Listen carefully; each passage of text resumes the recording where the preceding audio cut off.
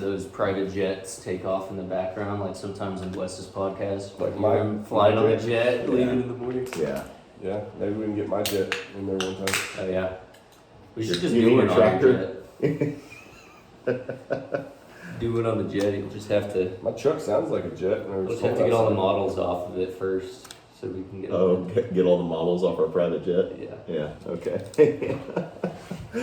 All right, guys. So this is episode 2 of the Never Miss podcast. So we got Ryan and Kyle here again. So yesterday we dove into Kyle's story and his intro into roofing and his decision to bet on himself and some of the trials he went through. Today we're going to dive into Ryan. I think Ryan's got a really long career in the roofing industry and a bit of an interesting story on how he got into it. And so let's dive into that. Ryan, thanks for being here. I know you didn't have much of a choice. You're at work, so. Sure. But man, your story, I've heard it, 100 different times, and it's just an awesome story. And I know a lot of people coming into this industry or people who are maybe even struggling in this industry, they have great takeaways that help them and help them succeed. So why don't you dive into it? What is it that piqued your interest and made you make the decision to really put yourself in a position where whatever you eat is what you hunt, type style? So I guess I'll start with, I was in college. I had about a year left, and I was waiting tables at Saltgrass. Not getting rich, but learning how to manage being poor. So making $500-600 a week, and learning how to be okay with just getting by, which is basically how my life was at that time. The way that I found out about this industry is pretty indicative to my life and how I see things, and probably a big reason as to why I'm successful even in this industry and have been successful at other stuff as well. Last table of the night, they have 4 closers in the restaurant, so it's usually the top 4 waiters, they get to stay on and take extra tables so they can make more money. But the rule is nobody gets to leave until everybody's done. So if you don't have a table, you have to wait till the other closers don't have tables either. So last table comes in, let's say that we close at 10 o'clock, it's literally 9:58.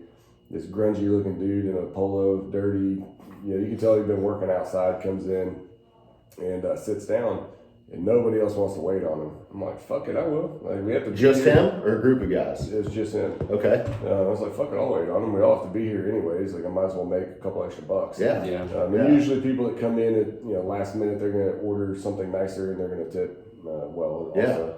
Anyways, me saying is I'll go the extra mile to make a little bit extra money and do the work that nobody else is willing to do. That's how I found out about this industry. So he actually owned a roofing company. At the end of his meal, he may have been there with his girlfriend, I don't remember. Okay. But at the end of the meal, he's like, man, you seem like you'd be really good at sales. Would you ever consider This is actually the guy that came in? Mm-hmm. Oh, shit. So he said, Crazy. yeah, so he had been out knocking on doors, climbing on roofs. He lived by the Saltgrass, and he got off work at 9-something and wanted something good to eat because he'd been working hard. I was literally about to say, I do that. Half the time I'll get out of an inspection, driving home, swing by a steakhouse. But so he said, you seem like you'd be good at sales. Would you consider a career change? I said, fuck, I'll consider anything. And because he was telling me about the amount of money guys can make. I'm like, all right, cool. What's the salary? What's the hourly? He's like, no salary. I was like, okay, well, what's the hourly? He said, no hourly. I said, well, how the fuck do I get paid? He's like, commission. So you just had no idea that this even existed at the time? I didn't even How know. old were you? This was in 2009. So that, what was that, 15 years ago? So I was 32. Okay. Sorry, 22. 22. Okay. 22, 23. Okay. I had no idea what commission only meant. Yeah. He basically told me, you eat what you kill. I was like, I don't know about that. Right? I'm comfortable making my $500 or $600 a week. It's almost guaranteed as long as I show up to work. I ended up talking to him a couple days later. He's like, just give it a shot. If you don't make it, I'll cover what you didn't make waiting tables. Went out, got kind of a little crash course. He basically told me, knock on doors, try and get on the roof, and if you get on a roof, call me. That was your training. That was my training.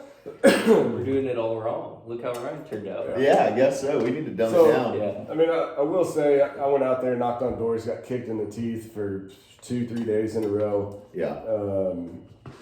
And like I just in the back of my mind, he told me what a commission could be, and it was about 4 times what I would make in a week waiting tables. Off one job. So I was like, all right, I have to get 1 job a month to break even, 2 jobs a month to get ahead. And that's how low my bar was whenever I first started with this. And so just that mindset of, if other people can do it, I can do it. If it's just about hard work and commitment and discipline, I'll do it, right? There's not a whole lot of people out there that are like way smarter than me. Just they have the intangibles that just make it an uneven playing field. How many other people in the company were actively working? Man, I want to say that they had like 3 or 4 other salesmen. Okay. I never really met any of them. So you were lone wolfing it, like just on your own, not the same neighborhood as these guys, just kind of, okay, wow. Just 100% on my own. It took me 4 days to get my first deal, and I remember calling Saltgrass, and it's like, hey, y'all need to find someone to pick up my shift on Sunday. And so, well, that's your responsibility. If you don't show up, something, blah, blah, blah. That's okay. Let me rephrase that. Find someone to pick up all my shifts because I'm not coming back in. Right? Like I found that this is way more enjoyable. Even getting kicked in the dick, knocking on doors, it was more fun than being in a restaurant and getting yelled at by a fucking drunk customer. Yeah, or a 40-year-old man that fucking makes $30,000 a year managing Saltgrass. Yeah. What a crazy story. Like, randomly one night, some guy, gives you an opportunity. Well, so, like, that just even goes into, like, my spiritual beliefs and things like that of, like, God puts things in front of you, but you have the free will to either take them or not take them, right? And so, like, do I believe in, like, predestination or anything like that? No, not really. No, I don't believe that God has my life completely mapped out for me because then there wouldn't be any free will. And I feel like he inserts things and opportunities for you to be able to take, and it's up to you whether or not you do it. So there's, a Y in the road. He puts this one here. If you're man enough to take it, then you do it. If you're walking with him, you make that right decision usually. So you got that deal on the 4th day, like those 3 days leading up to it. Was there any, was there doubt? Were you like, maybe not? Like, maybe I will go back to... No, I knew it was just, can I figure it out before I go broke? That was my mindset. Yeah. And so, I remember knocking on a door, and I think we talked about it yesterday, where, somebody would say something, and you're like, okay, well, have a good day. Yeah. And you're like, fuck, man, I bet if I would have said this, they would have changed their, that would have been a yes instead of a no. And just keeping that Rolodex going. I told him that, my second or third roof I ever sold was off of a Hail Mary. I knocked on this lady's door 3 days in a row. She had a glass screen door. And so I could see her sitting on her couch. I knocked on her door. She'd look over, shake her head. Came back the next day, did the same thing. Come back the third day, and she finally comes and answers the door. And she's saying, can't you tell that I'm not interested in that? She's closing the door. So you're not interested in the free roof. And dude, the door was this close to closing. And she sticks her head out. She goes, how can you get me a free roof? I said, well, legally I can't cover your deductible, but there are ways that we can normally get your deductible offset. Maybe not 100%, but we don't even know if you have damage, so we need to start with that. Ended up signing her up, so learning quickly on how to, navigate the nose and just think on your feet, because nobody ever told me to do that. Yeah. Right? So that was just me, thinking how can I capture her attention quickly. Yeah. Keep that door open, stay in the pocket a little bit longer. One thing I want to highlight, and I feel like it's something that we hear a lot, whether it's through interviews or us talking to guys. You said comfortable. You were comfortable with what you were making at Saltgrass. You were comfortable with making that lifestyle work. I feel like a lot of times today, people struggle to get out of their comfort zone and make that bet on themselves. Like we talked about with Kyle, like we're talking about with you, is you bet on yourself and said, if these people can do it, there's no reason I can't. Now I'm going to go do whatever it takes to figure it out, whether that means I don't do it or I die trying. And I feel like that mentality is so rare. Comfort is a dangerous drug, man. It's a thief of joy and it's a thief of potential, right? I grew up poor, right? So being poor was all I ever knew.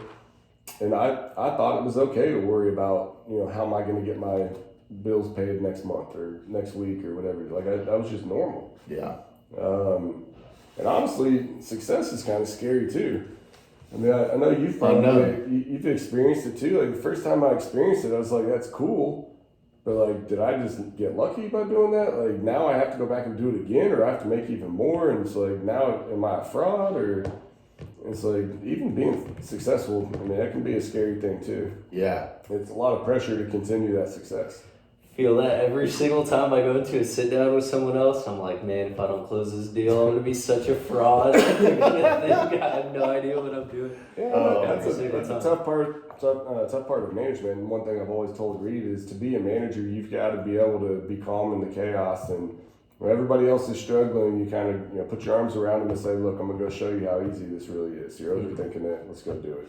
Now, I know you didn't grow up in the most wealthy family. I know you didn't grow up, with a family that, had all this inheritable land and all this cool shit. So my thing is kids our age, kids my age, a lot of times they'll get out of school, they'll get that 70, 80, 90, even 100, 150 grand a year job, and they think they're doing great. And the thing is that's their comfort zone.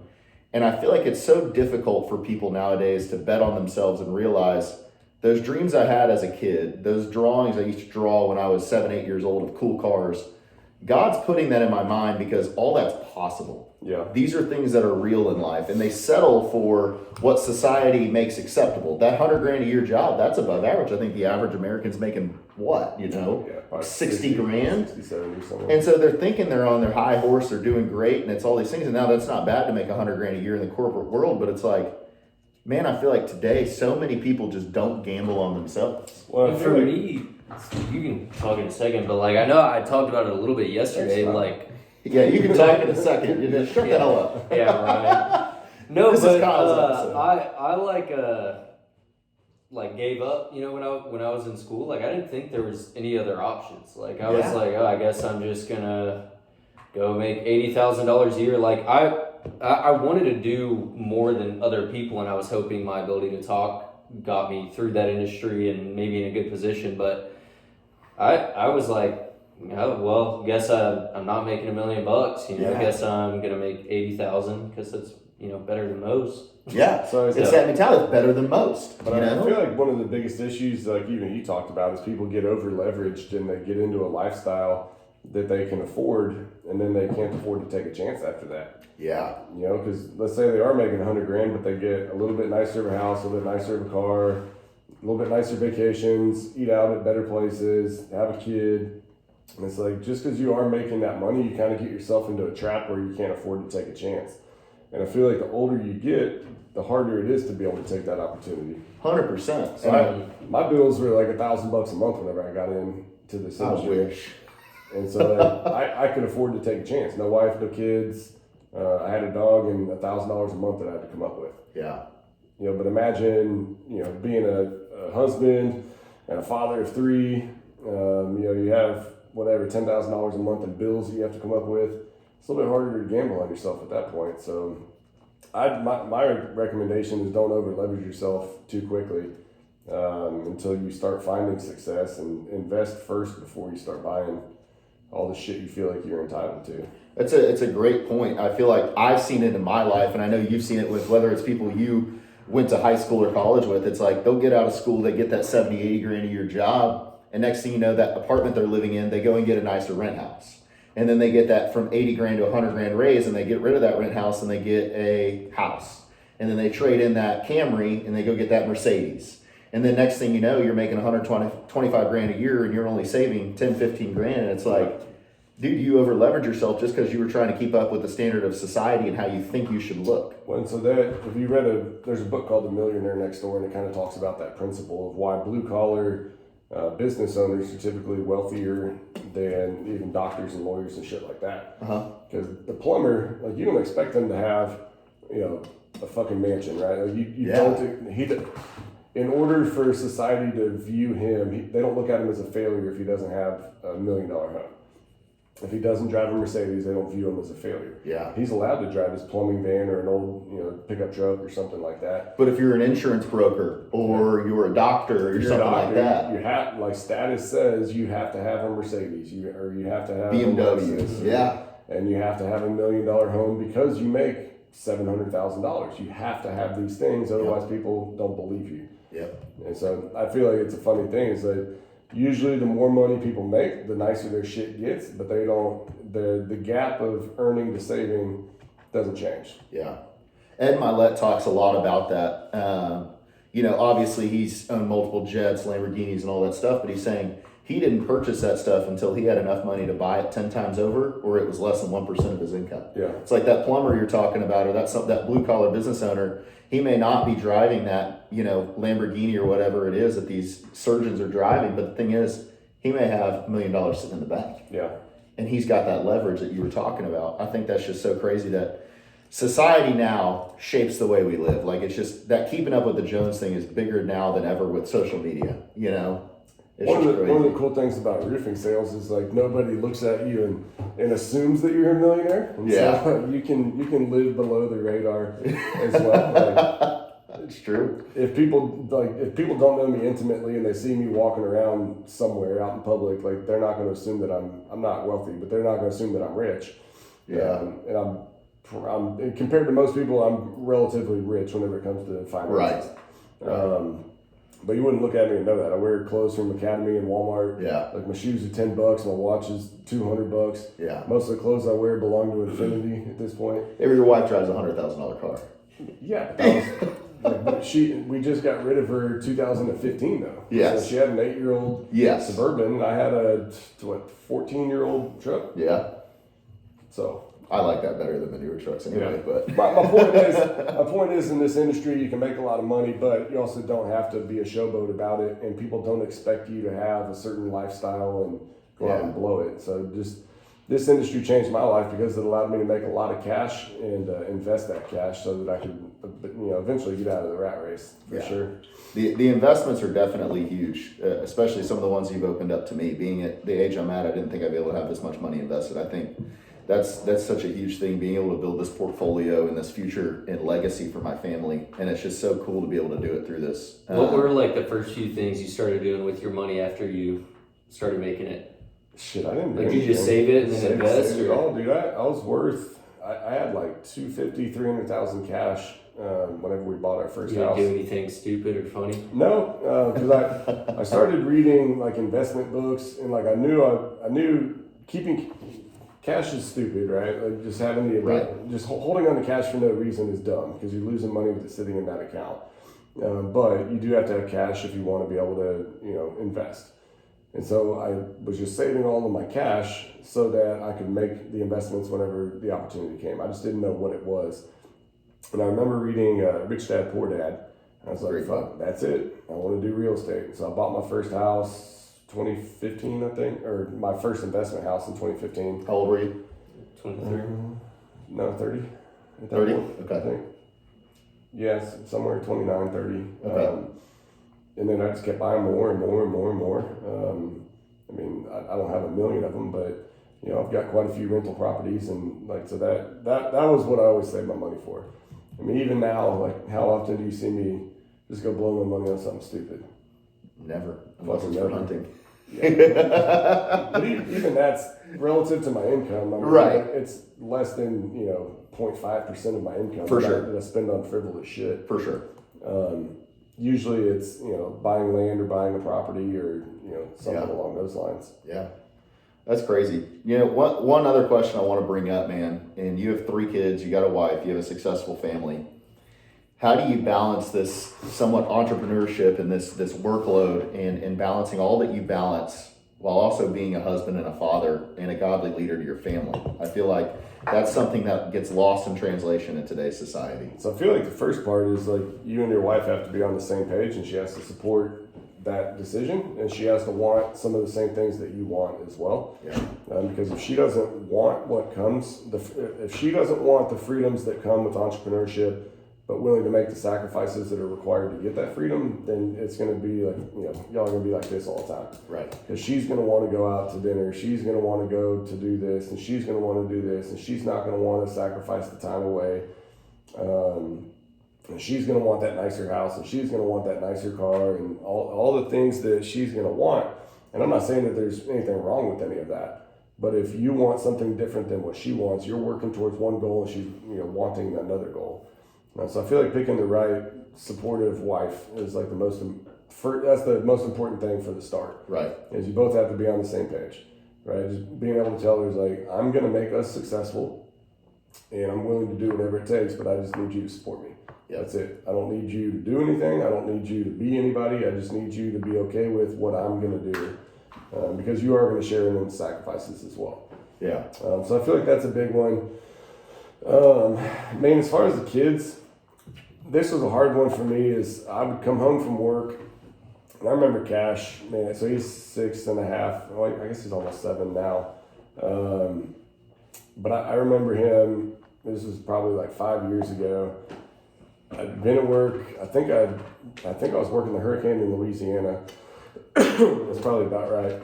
So maybe he was like 2. But anyways, I'd been there for like a week or 2. Came home, sitting on the couch, and I get like a phone call. I'm doing emails or something, and Cash comes up and he says, "Daddy, will you play with me?" I said, "Yeah, bud. Just give me a minute. Go play over there, and whenever I'm done, I'll come play with you." And he goes, "Okay." And I could see like his shoulders sank and his head kind of went down, and he walked over to the corner, started playing by himself. I was like, "What the fuck? Like, I've just been gone for a week or 2. All he wants to do is fucking play with me. Like, go fucking play with your son, you fucking piece of shit." Yeah. And so I put my phone down, turned it off, and I said, "Yeah, bud, what do you want to play?" Yeah. And like, that was an eye-opening thing for me, is like, he just wants my time. That's it.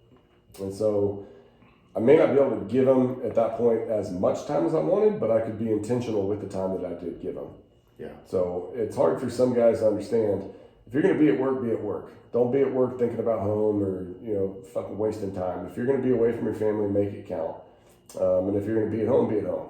Don't be half in, half out with anything that you're doing. So it is a principle that's relatively hard to learn. It's just be intentional with your time. Yeah. Otherwise, you're cheating everyone. Yeah.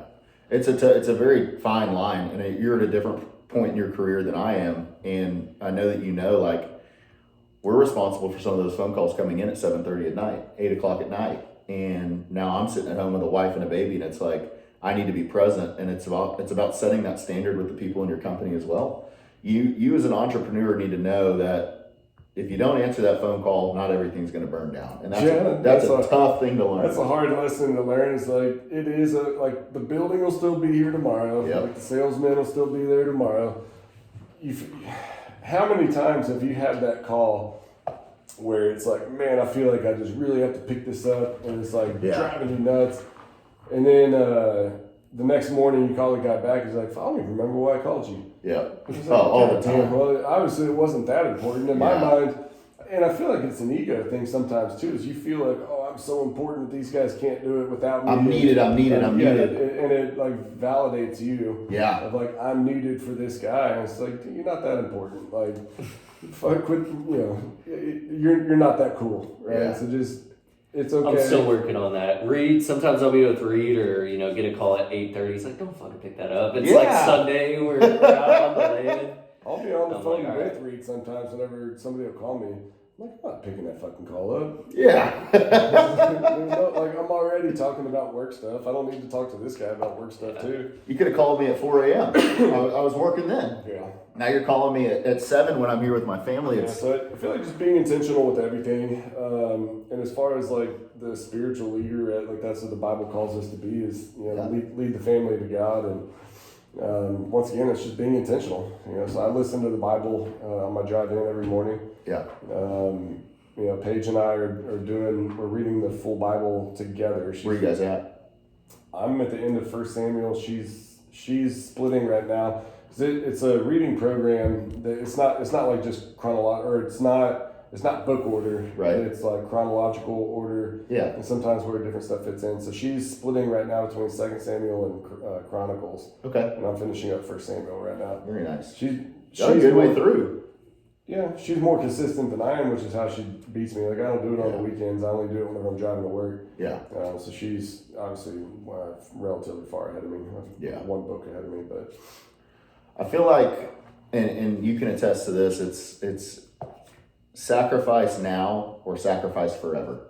Yeah. And I feel like a lot of people don't understand that. The Bible outlines the man's role as the provider of the family. And I feel like communication with your family is a big part of that. Setting the tone of like, look, this is what I'm going to be doing and this is what you can expect from me, but here's what's to come. And I promise you will get there, but you need to be patient and wait with me.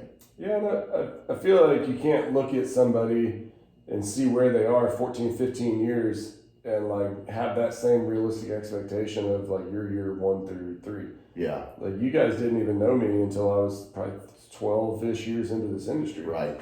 It's like, it's not fair for you to look at me and be like, oh, he's got freedom. He's not working as hard as me. And it's like, yeah, but you didn't see me in the first 12 years. Yeah. You didn't see that whenever my son was about a year old that I went to Colorado for 3 months to go sell ribs. Yep. You didn't see that, I would travel for 6 months out of the year and live by myself in a fucking hotel so that my wife, could have better in the future. And the freedom you have now, the amount of money you have in the bank and the security you have for your family and the safety you're able to give them, was it worth it? Oh yeah, for sure. I feel like people don't get that. I would do it all over again, right? But once again, it's just a supportive wife. Like Paige also had to deal with me being gone 3 months at a time, 4 months. So was at a she time, always 5 just months like at a time. that? Like from the moment you met her, did you all kind of have to work on that? No, we had to work on it, but we were young. So I think she was like 19, like almost 20 years old when we met. Mm. So imagine like your boyfriend being gone months at a time. Yeah. There's no security there because it's not her money that I'm working for. She just has to believe that she's going to be along for the ride. Yeah. So there was growing pains for sure.